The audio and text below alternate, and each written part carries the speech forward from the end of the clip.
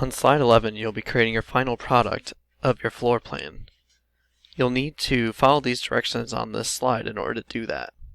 You'll copy and paste your rectangles from your original floor plan from slide 2 onto this new grid. So you'll scroll back up to slide 2 where you created your floor plan, and only copy the rectangles that you created. Remember, highlight all of them, then say Control-C, or right-click and say Copy.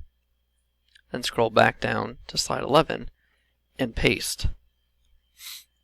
Then move them on top of the grid to the position that you would like them to be for your final floor plan design. You might have to move it a few times just to get it on top of the grid. Just try your best. Make sure to type your name, by the way, up here. Then copy and paste your rectangles from slides 5, 6, 7, and 9 to your original floor plan. So go back up to slide 5, copy the porch, paste the porch, place the porch where you would like.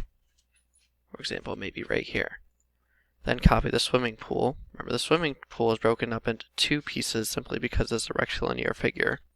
Copy both those pieces, go back to slide 11, and then paste. Again, you might need to do a little resizing to get it onto the grid.